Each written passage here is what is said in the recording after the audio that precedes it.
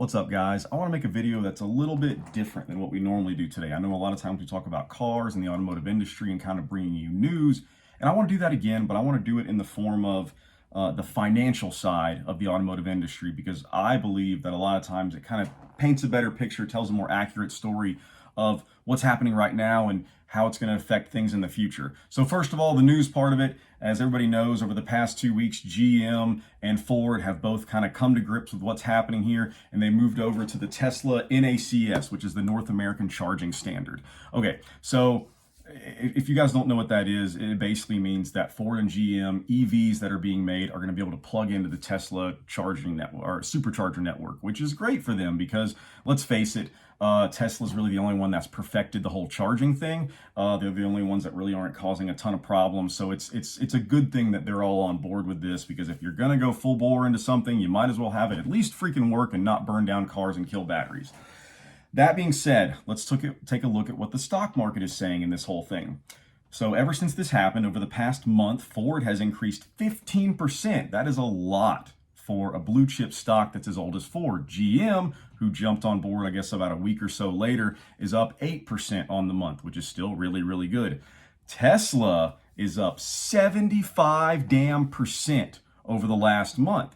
And that's because they're more than just an automotive manufacturer. As you can see now, they own the means of production. They own the way in which you're actually going to charge these vehicles. And it's not just because it's an EV that it's gone up so much, because if you look at Rivian, they're down 4% on the month, and Lucid is down 14% on the month. We talked about this a while ago. These smaller EV manufacturers are going to kind of start weeding themselves out. They're getting to the point now where the big boys have kind of showed up to finally play, and these small market guys are finally figuring out that they're going to have a lot of trouble competing. I don't know if they're going to completely go away. They're going to get bought out. I don't know, but that is very telling as to what's going to happen.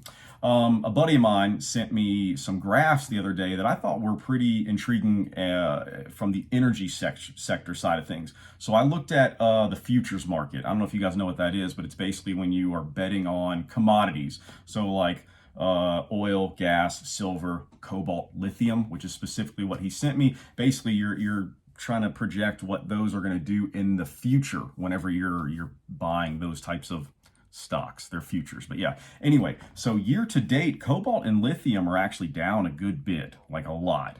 But that being said, they're still way up from when they had their initial jump in 2021. You guys know what happened in 2021? Yeah, that's when EVs got political. That's when all the big political figureheads like Joe Biden and everybody else in the world came out and said at least half of the EVs in the world, as far as new car sales go, are going to be EVs by 2030. And then, of course, they set the date of 2035 as to when all vehicles, new all over the place are going to be EVs. So as you can see, politics really just drastically influence the money side of things whenever it comes to this. See, you don't have to own a lithium or a cobalt mine in order to reap the benefits of it. All you have to do is own these future stocks.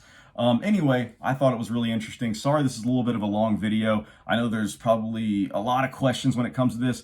I'm shitty at answering questions, but I'll try. So anything you guys got, throw it in the comment section.